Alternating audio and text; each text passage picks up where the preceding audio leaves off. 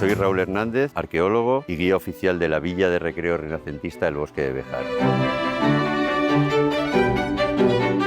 Soy Isabel López Blázquez, soy jardinera. Estamos en la Villa Renacentista del Bosque de Béjar, que es una villa del siglo XVI, y aquí desempeño labores como oficial de jardinería desde 2021. Soy Urbano Domínguez, presidente del Grupo Cultural San Gil de Béjar. Soy Rubén Calvo López, jardinero del bosque. Déjense llevar en este primer paseo. Les aseguro que no se van a arrepentir.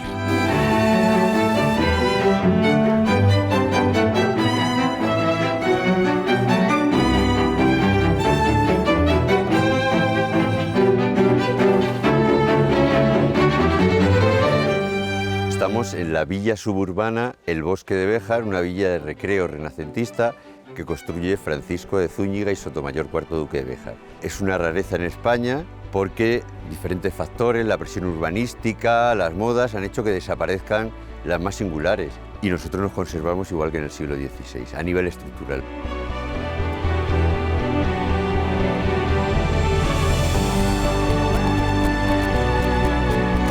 Todo un conjunto, muy cerca de la residencia oficial, que es en el Palacio Ducal en Béjar, tengan un espacio de recreo.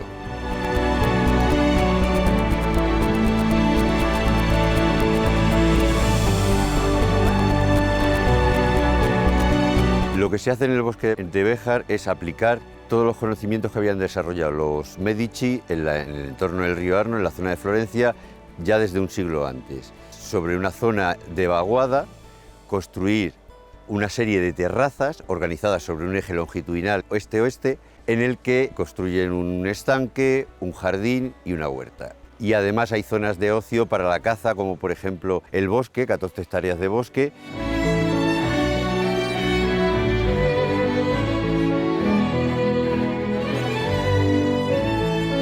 Los latinos decían otium et negotium. Se viene a disfrutar de eso que llaman la cultura, sí, con C mayúscula, por supuesto, pero también hay que comer. Y se arriendan y se explotan los prados para conseguir heno, y se explota el bosque para conseguir castaña, y se explotan las frutas de la huerta.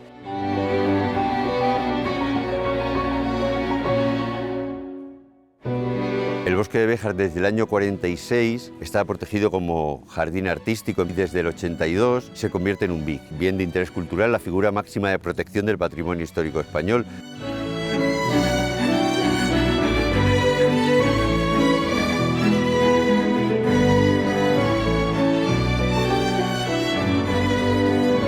Primero es un espacio comunal al que los paisanos de Béjar y de la comarca vienen a disfrutar de él antes de que se convierta en un espacio construido. En una primera fase es un cazaderos, esto dicen los textos, en el que los Zúñiga vienen a disfrutar de la cosa cinegética. Y en 1567 es cuando aparece en escena Francisco de Zúñiga y Sotomayor. Este señor es un hombre muy leído, está casado con Guiomar de Mendoza. Guiomar de Mendoza es hija del duque del Infantado, del cuarto duque del Infantado. La biblioteca más importante que había en España del XVI la tenían estos señores.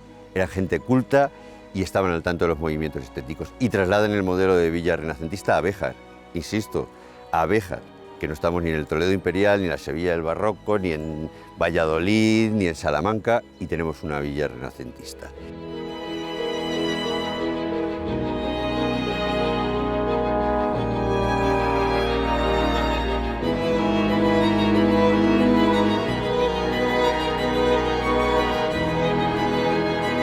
Este espacio como villa renacentista continúa con estas características hasta mediados del 19, 1869. Recordemos que en 1868 se produce la Revolución La Gloriosa, donde los bejaranos y bejaranas se implican hasta la muerte. Mariano Telle Girón, que es el duque en ese momento, el duque de Béjar, tiene que vender propiedades. Ya se han abolido los señoríos a principios del 19 y es en 1869 cuando Mariano Telle Girón se deshace de este espacio vendiéndoselo a la familia Rodríguez Arias. Altísima burguesía que se dedica al mundo del textil, gente que está al tanto de los movimientos estéticos y culturales y revitalizan el espacio.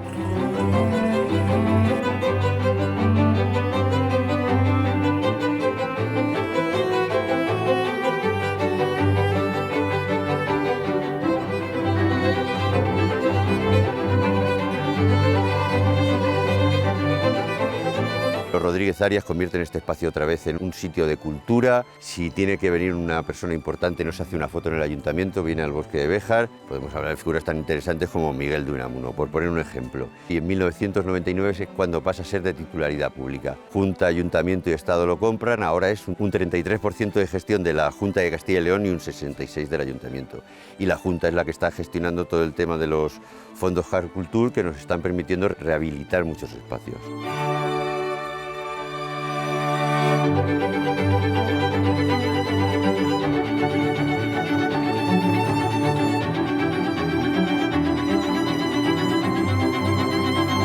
¿Qué es el Grupo Cultural San Gil?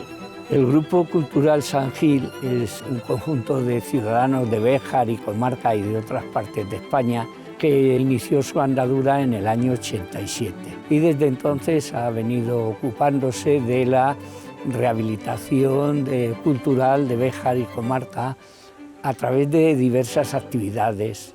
Nosotros en el 92, cuando se anunció un convenio entre los entonces propietarios de la finca, la familia Oliva y el Ayuntamiento de Béjar, de manera que según ese convenio se iban a repartir la propiedad, iban a recalificar para hacer 32 bloques de viviendas, equipamientos municipales, 5 supuestos chalés de más de 1000 metros cuadrados de planta. Entonces nosotros promovimos un movimiento en defensa de esto que fue respondido muy bien, tanto en Béjar como fuera de Béjar, de tal manera que cuando el convenio llegó a Salamanca para que le diese paso la Comisión Territorial de Patrimonio, no lo aprobaron y hubo que volver a empezar. Bueno, empezó ahí otra historia distinta.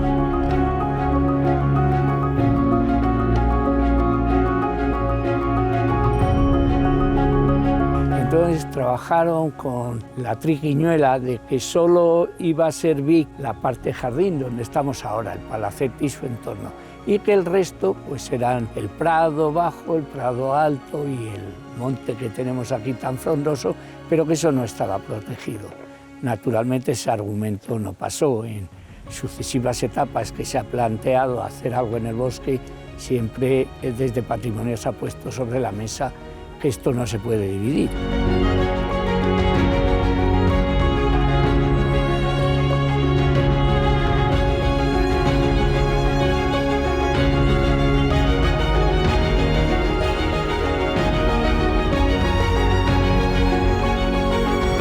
Hicimos mover a otra gente que pudiese estar interesada en el tema, no solo personas, sino también expertos, también la Real Academia de la Historia, la Real Academia de Bellas Artes, Hispania Nostra.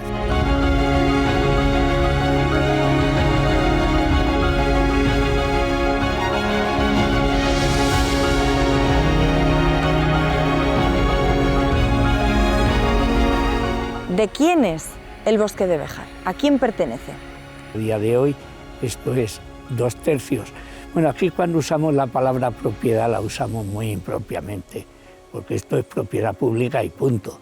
Lo que pasa es que en el registro aparece como responsable, como titular, el Ayuntamiento de Béjar por 2/3 y la Junta por 1/3.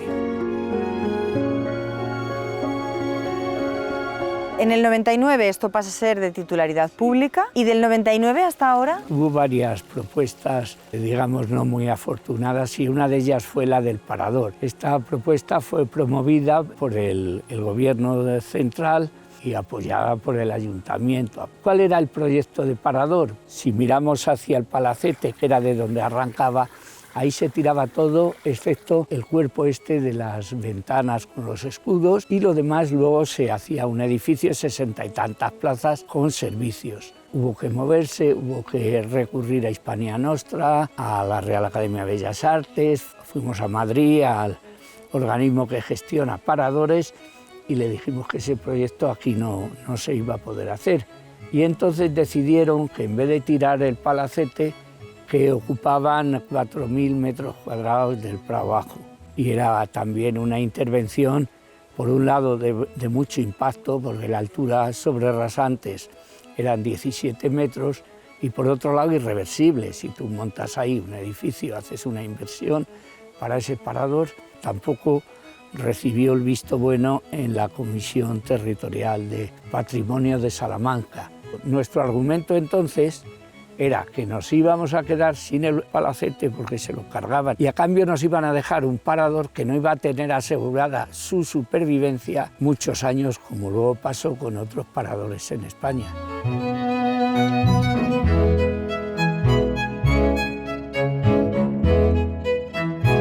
Estamos en una zona de granito y en una zona de vaguada. Esto no es una zona kárstica que permita que el agua fluya hacia el subsuelo. Esta característica de impermeabilidad lo que permite es que mediante caceras y atarjeas, canalizaciones en superficie y en el subsuelo, generen una red de comunicación de flujo del agua que termina en el estanque de 800 metros cuadrados que hay a la entrada principal. Ese estanque, desde el siglo XVI hasta el año 2001, abasteció una antigua fábrica, la fábrica más antigua de Béjar, la fábrica del tinte del Duque, importantísima para el desarrollo industrial de Béjar, por lo que supuso de facilitar la venta del producto estrella de la localidad.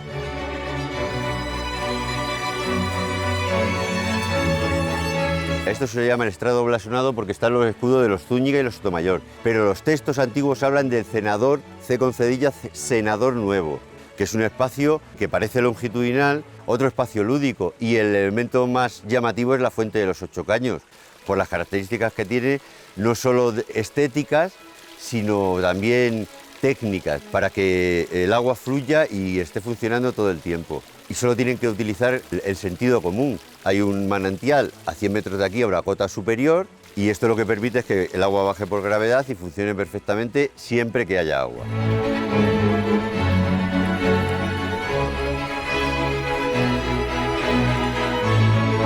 Canteros, y recordemos que estamos en el siglo XVI, que no había impresoras 3D, a base de maceta y cincel y dejándose las manos y la vida, labran en una sola pieza de granito el vaso con los 8 mascarones antropomorfos, y los propios mascarones tienen todo tipo de detalles, cejas, párpados, pupilas, hay uno al que se le llama el tritón, porque son 8 mascarones antropomorfos. Esta máscara tiene un bigote casi helicoidal, insisto, con las dificultades que tiene el trabajar con el granito y el trabajar en el siglo XVI.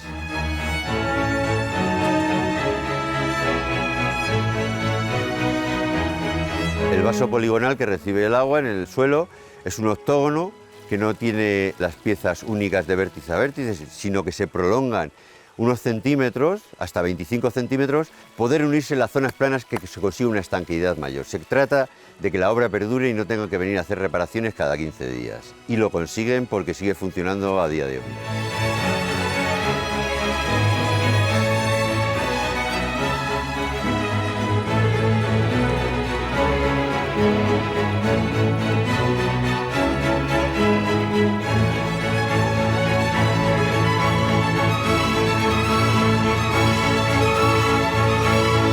La organización del espacio se hace mediante la construcción de terrazas. Hemos estado en la terraza del estanque y esta es la terraza del jardín. Un jardín renacentista en origen que pasa a ser barroco y en 1869, entre 1869 y 1871 cambia de tipología, no de distribución espacial, con lo que no se desvirtúa la visión general del conjunto.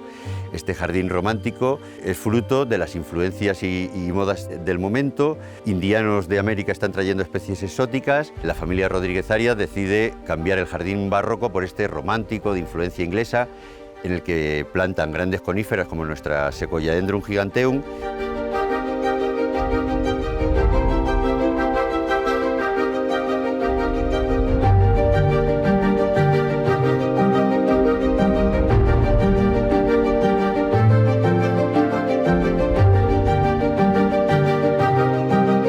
¿Esos árboles que hay ahí también son boj? Siempre se ha utilizado como arbusto, pero si le dejas es una especie que se hace arbórea perfectamente. De hecho, en la entrada tenemos unos ejemplares muy grandes.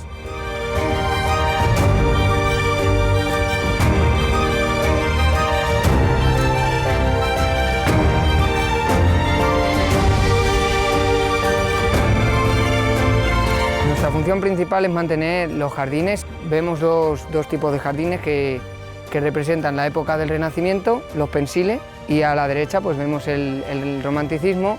¿Detrás de ti qué es lo que hay? El invernadero. Allí hay especies pues, que utilizamos en todo el jardín. Nosotros producimos mucha planta aquí, se ha hecho nuevo y ahora lo queremos volver a recuperar un poco para para semillero, porque antes era un poco como muestra de lo que había.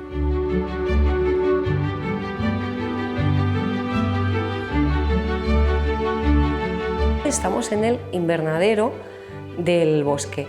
Esta es una instalación que es bastante más moderna que toda la villa, porque esto se construye en el siglo XIX. Ya a partir del siglo XVII se empiezan a utilizar invernaderos, estufas, cultivos bajo cristal, sobre todo en Holanda con el tema de los tulipanes y demás. Ya sobre todo en el siglo XIX cada jardín prácticamente tenía su propio invernadero. Es un poco el taller del modista.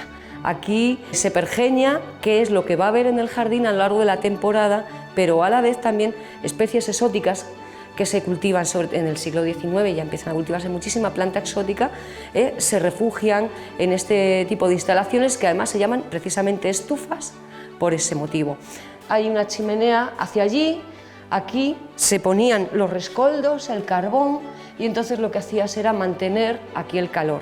Este invernadero se ha restaurado, si no recuerdo mal, creo que ha sido en el 2016, estaba caído. Este edificio es un poco controvertido porque es una rampa del siglo XVI y claro, el invernadero interrumpe un poco la rampa. A ver, desde la lógica del siglo XIX es lógico ponerlo aquí. Es una zona accesible a las 3 terrazas donde tú puedes tener flor. Aquí hay cosas que son experimentales, porque nos gusta experimentar, y otras cosas son de recuperación de planta. Bueno, pues ha hecho una intervención en el jardín romántico, ¿no? Pues algunas plantas las han descartado. Entonces lo que hemos hecho es recuperar esa planta. Por ejemplo, la yuca que veis a la puerta, y una yuca en una maceta, pues es de eso. Era planta que pertenecía al inventario antiguo y ahora, bueno, pues no hay por qué perder inventario. Estamos cultivando helechos, nos gustaría cultivar más culantrillos, porque aquí, si veis, el agua es una constante. Hay muchas zonas con agua que lo suyo es que estén decoradas. En la parte del Renacimiento, pues tipo gruta, como hacían en el siglo XVI, y en la parte del Romántico, bueno, pues más naturalizadas, más asilvestradas. Esa escalinata que baja, esos 33 peldaños son un poco... Yo siempre digo, trabajamos en el Ministerio del Tiempo, ¿no? Nos vamos del 16 al 19 constantemente, del 19 al 16. Arriba, en el siglo XVI, nos guiamos por lo que se hacía en el siglo XVI. Gregorio de los Ríos, que fue jardinero de Felipe II y además, bueno, le hacía servicio de capellanía. Dejó escrito, mira, uno de los primeros tratados que hay sobre agronomía, porque realmente sobre botánica, pues hay muchísimo, pero desde siempre, ¿no? Desde Teofrasto, ¿no? Que es el padre de la botánica. Pero sobre tratados de agronomía, el primero y mucho más que se escribe en español es Gregorio de los Ríos en el 16. En el 19 ya, yo por ejemplo, yo personalmente soy muy Gertrude Jekyll, me gusta Callabulla.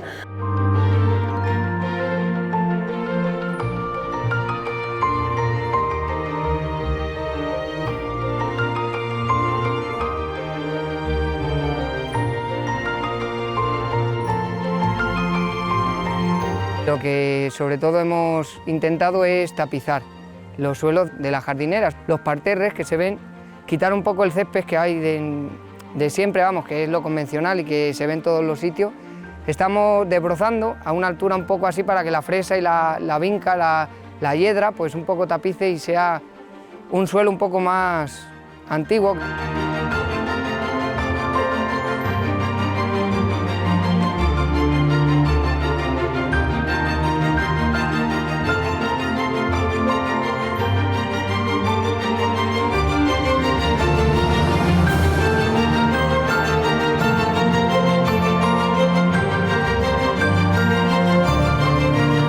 El agua es el elemento fundamental del bosque. Sin el agua no se podría llenar el estanque, no se podrían regar los jardines ni las huertas. El agua viene de una zona de la sierra que llamamos la Garganta del Oso. Muy polémico el tema del agua porque en el siglo XVI Teresa de Zúñiga, que es la duquesa del momento, a principios del XVI decide recanalizar el agua desde la Garganta del Oso hasta aquí.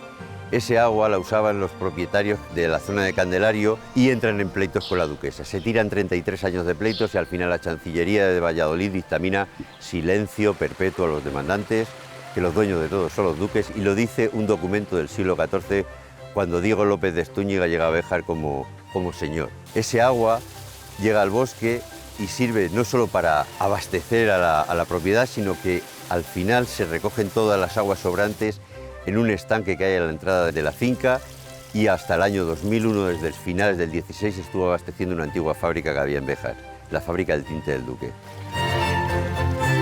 ¿Es un lugar sostenible?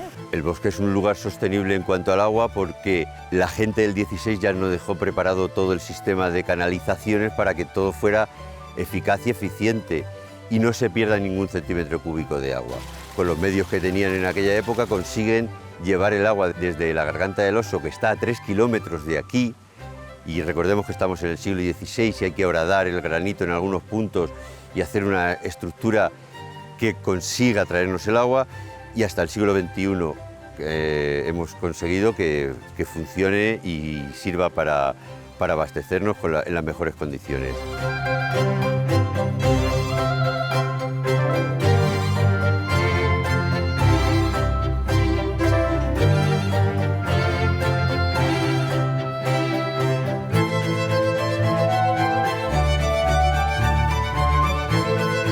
¿Dónde te has sentado? Esto es una exedra y como casi todo en el Renacimiento tiene que ver con el mundo romano, las casas de los patricios tenían que tener una habitación más o menos circular que diese al patio para charlar.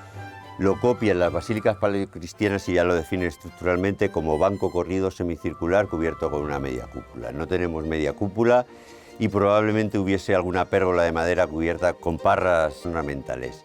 La gracia de este espacio está en la acústica. Este es un espacio concebido para disfrutar de eso que llaman la cultura con C mayúscula. Cervantes dedica la primera parte del Quijote al Duque de Béjar, pero es que Góngora le dedica las soledades. Lope de Vega, uno de sus sonetos. La élite de la literatura del siglo de oro, si no físicamente, sí intelectual o culturalmente, pasa por aquí. Y para eso se construyen estos espacios, para, pues si viene un actor que además sabe declamar muy bien y le acompaña la acústica, de granito, que podían haber traído mármol de Carrara porque había poderío económico, pero no, lo que hacen es hacer una gestión inteligente, eficaz y eficiente de los recursos, no solo del agua, sino también de la roca.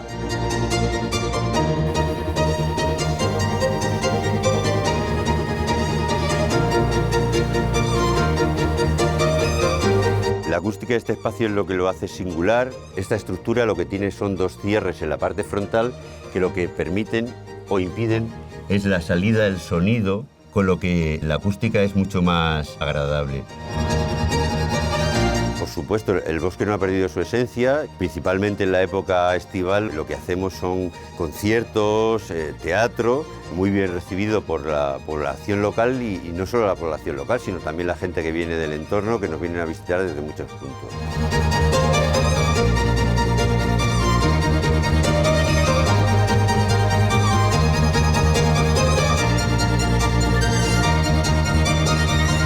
Sitio vivo y apreciado por gente del mundo de la cultura que sabe que aquí encuentra el espacio y las condiciones necesarias para conseguir lo que pretenden.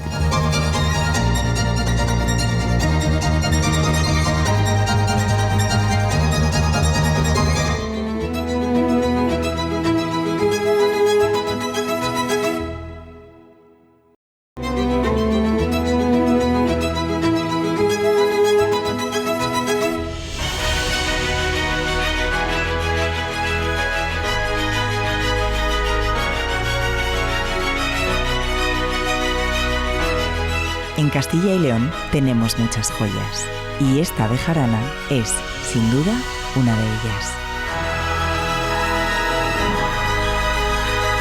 Dentro del estanque hay una isla y en la isla un cenador. Hay un teórico del Renacimiento italiano, Leon Battista Alberti, que escribió un tratado de rea edificatoria donde explica las condiciones que deben cumplir las villas y entre ellas que haya un espacio aislado y reservado para los amantes. Y lo relaciona con la isla de Cítera, que es una isla que tienen los griegos en el Peloponeso y que dicen ellos que nació la diosa del amor. Pues ese cenador servía para los encuentros furtivos de los amantes. ¿Cuál es el problema? Que el cenador que se construye en su momento, un cenador barroco, de granito, monumental, muy cerrado para que no se viera lo que pasaba dentro, es sustituido en el siglo XIX por este neomorisco de hierro que tenemos ahora. Ahí a los amantes se les ve. Se les ve. Tampoco está documentado que iban a hacer los amantes a la isla, pero igual iban a leer a Garcilaso, que estaba de moda en aquella época, ¿no? Muy habitual en los Entonces, amantes. si se ponen a leer en el cenador tal y como está ahora, se les ve. La razón por la que hay un cenador neomorisco de hierro es que a finales del XIX la familia Rodríguez Arias que está al tanto de todos los movimientos estéticos que hay en el mundo. A finales del 19 están en París y hay un señor que se apellida Eiffel que le ha dado por hacer torres de hierro con remaches. El hierro y los nuevos materiales constructivos se ponen de moda y la familia Rodríguez Arias decide que hay que cambiar el cenador barroco por el neomorisco de hierro, y por eso tenemos un neomorisco de hierro al gusto de la época.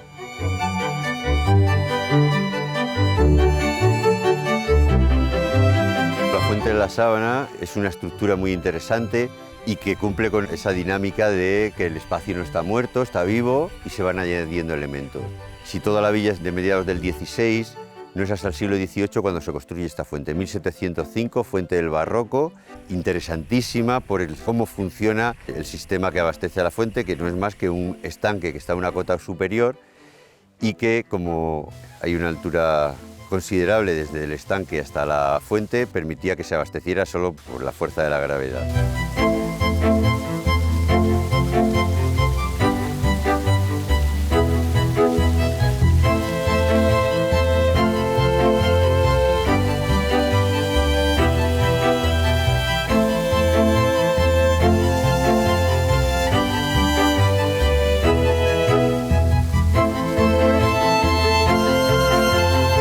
Lo que tiene de interesante es la cantidad de orificios que tiene, que la hace mucho más agradable estéticamente, desde mascarones que echan el agua por bocas hasta animalitos encastrados en lazos muy barrocos que también tienen cañitos en la boca y que echan agua. Y ese agua no se desperdicia porque va toda al estanque que tiene muy próximo. Se ha conseguido generar un circuito cerrado que permita no solo ahorrar agua, sino conservarla para tenerla en cualquier momento.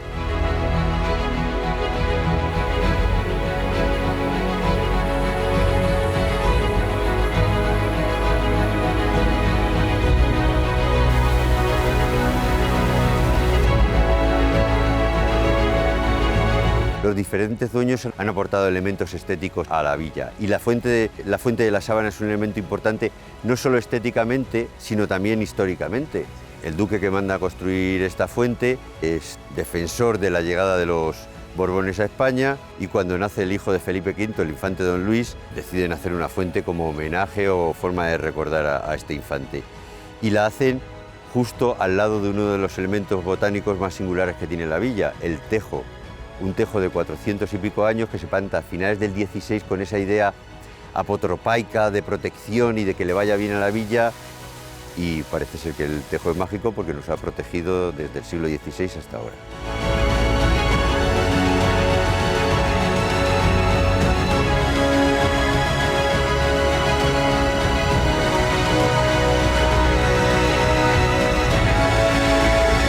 En 2021 me pidieron colaboración para un proyecto para la rehabilitación del jardín romántico. Mi parte consistía en elaborar el inventario botánico.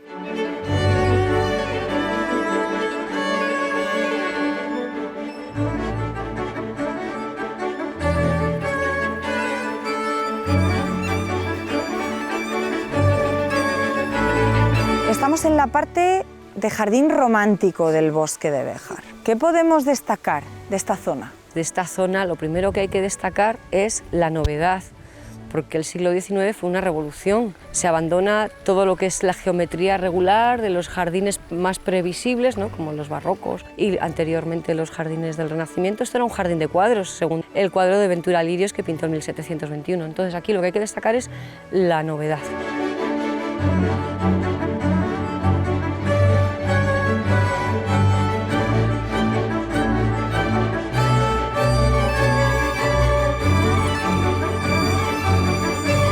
Por supuestísimo, las grandes coníferas.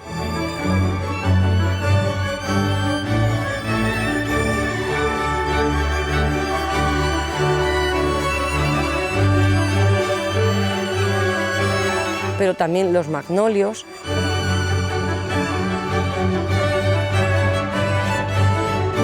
Algunas plantas bulbosas que no llaman tanto la atención. Las hortensias, que fueron auténticas novedades en España. La vergenia, que viene de China, la hortensia, que viene de China, las palmeras, la que vemos es la Trachycarpus fortunei, y la composición.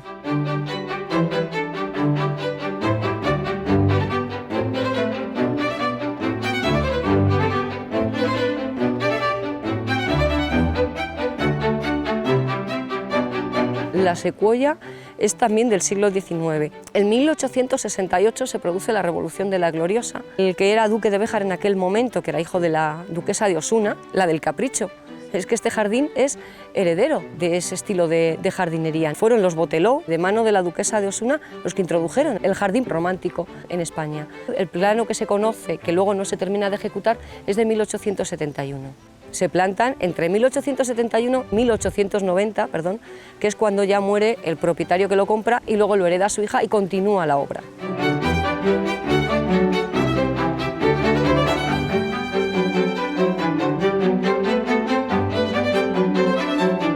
¿El árbol más antiguo que hay en el bosque, cuál es? El tejo que está al lado de la fuente de la Sábana, que decimos es el guardián, se le calcula una edad similar a la del palacete.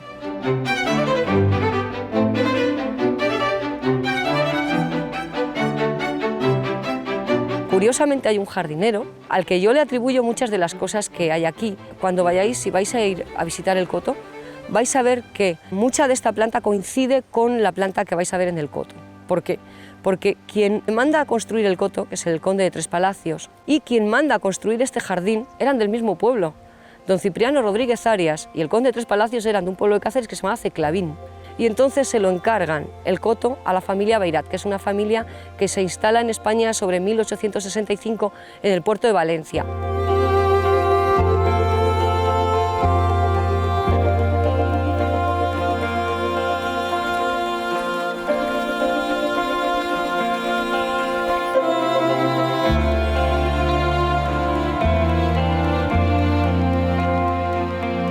El árbol más antiguo, no obstante, de esta terraza es ese tilo.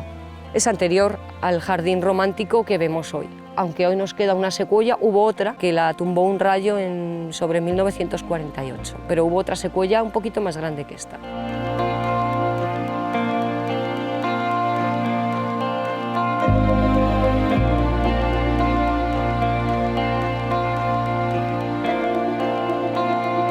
Poco después de comprarse el bosque se hizo un plan director que aprobó la Junta y que luego dio lugar a un convenio entre el Ayuntamiento y la Consejería de Cultura para el mantenimiento, repartiéndose funciones y actividades en el bosque.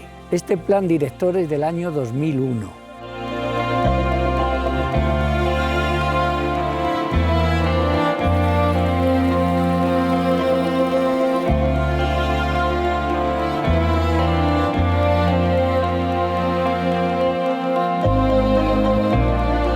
La restauración ha dado lugar a diversas intervenciones como la construcción de este dique que estaba en muy malas condiciones, la reparación de la fuente de la Sábana que ha tenido 2 o 3 restauraciones. Se ha invertido dinero siguiendo el plan director, pero en paralelo a las intervenciones de acuerdo con el plan director ha habido aquí una serie de intervenciones descoordinadas por diversos arquitectos, cada uno por separado. Nuestro argumento es: hay un plan director. Si el plan director no le gusta, que encargue otro, de acuerdo con criterios, con opiniones, con situaciones nuevas, y que intervengan de acuerdo con un plan. No que un arquitecto hace un trocito, viene otro y le encargamos otro.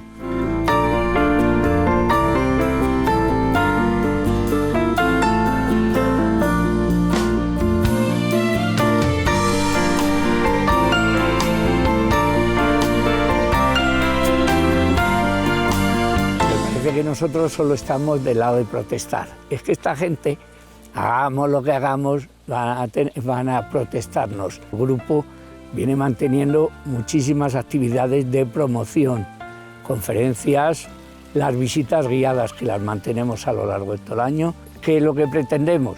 Pues que la gente descubra los valores naturales e históricos del bosque y que ponga el bosque en relación con Béjar, el bosque y la ciudad. Hay una conexión directa que tratamos de poner de manifiesto en las visitas.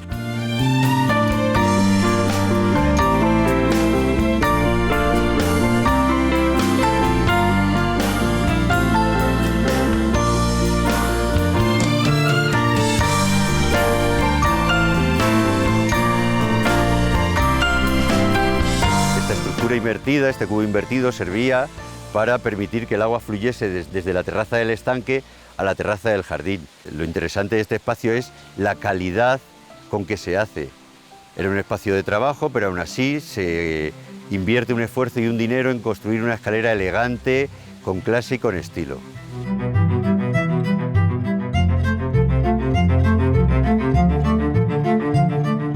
El palacete es la casa principal, en la que tiene como singularidad una serie de cartelas con el mismo texto y una serie de escudos, los de los Zúñiga y los de los Sotomayor. En estas cartelas lo que se nos cuenta es quiénes construyeron la villa, Francisco y Guiomar, y en qué año se construyó.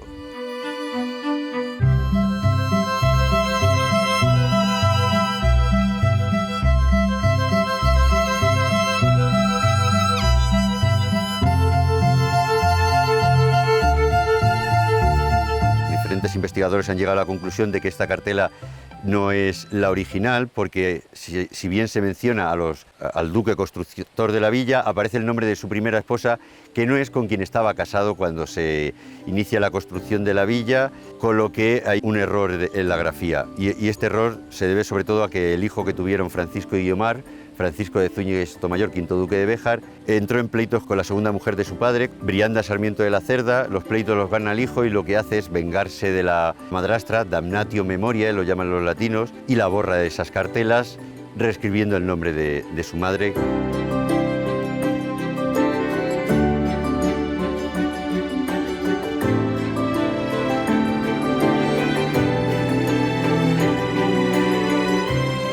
Cervantes le dedica el Quijote, le iba a dedicar el Quijote a Francisco de Zúñiga y Sotomayor, quinto duque de Béjar.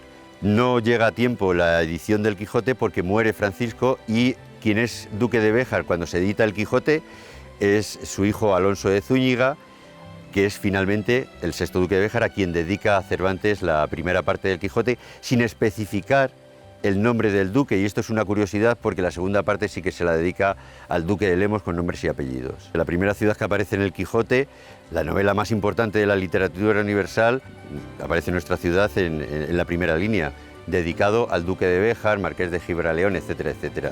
Toda la ristra de títulos que tenía esta gente, con lo que es un orgullo para nosotros aparecer en la primera página del Quijote.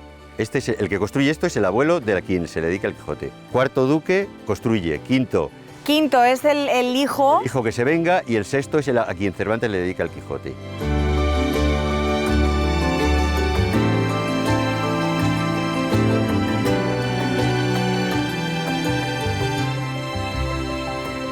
¿Este es el sueño de cualquier jardinero? Sí. Aunque es un trabajo muy duro, estás trabajando en un jardín que primero es histórico, el segundo es público, o sea que estás trabajando para tus vecinos. Esto es un emblema para Béjar. Y luego, bueno, pues si te gusta la jardinería histórica, si te gusta la botánica, si eres un poco creativo, pues evidentemente es que trabajar aquí es una pasada.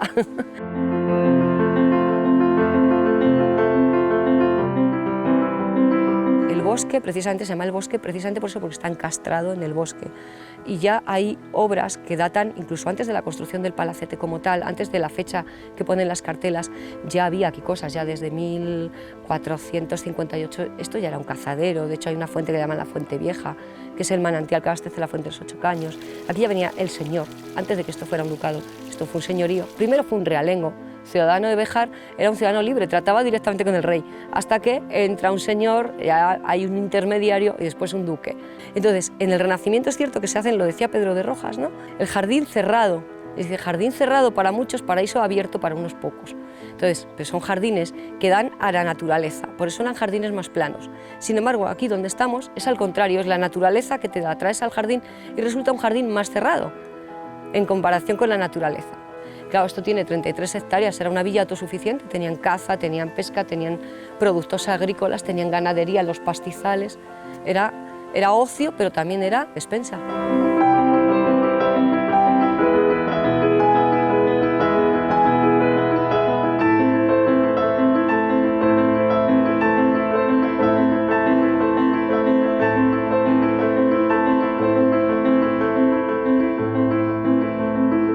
Además de este jardín, también hay una parte de huerta. La tercera de las terrazas es la de la huerta, en la que el marqués de la Ensenada en el catastro del 18 dice que hay árboles frutales de muy buena calidad, distribuidos entre parterres de fresas y frambuesas. Un espacio productivo y del que también se saca una sustancia económica. Y a partir de la huerta comienza el paseo de la Alameda. Otro espacio interesantísimo y muy agradable de pasear, con chopos de 35-40 metros que generan casi un bosque en galería y que nos llevan hasta la entrada principal.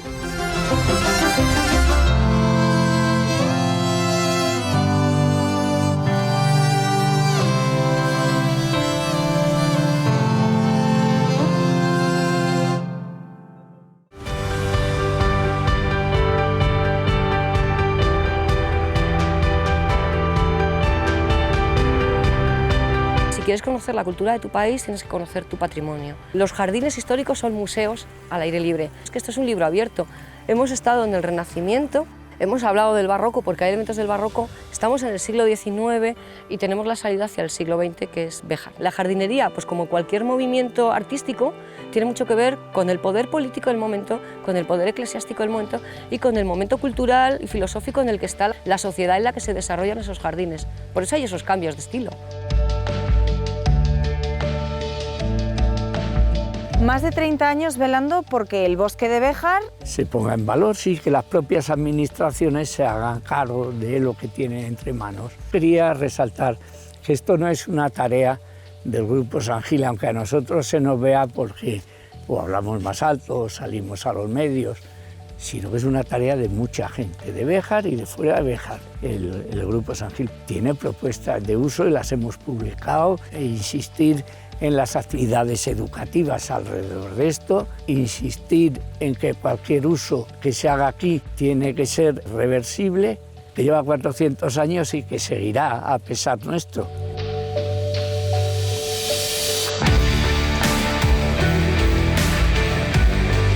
El bosque de Béjar se merece reconocimiento y conocimiento, porque creo que conocer un espacio te lleva a quererle más y a disfrutar mucho más de él. El bosque de Béjar per se es un espacio singular y además cargado de historia. Tenemos una cuestión estética y otra cuestión cultural que nos hace ser singulares y que nos permite presumir de un espacio tan magnífico como la villa renacentista del bosque de Béjar.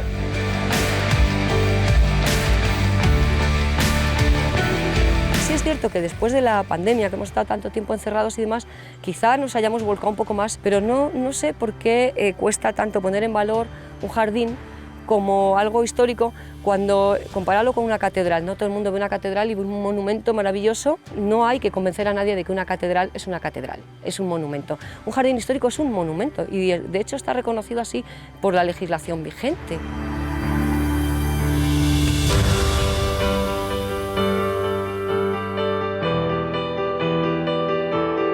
Un jardín no es naturaleza, es artificio. Cuesta explicarlo, dices, trabajas en la naturaleza. No, un jardinero está todo el día peleándose contra la naturaleza, porque te sale una hierba donde no es y la tienes que quitar, porque te ha roto la estética.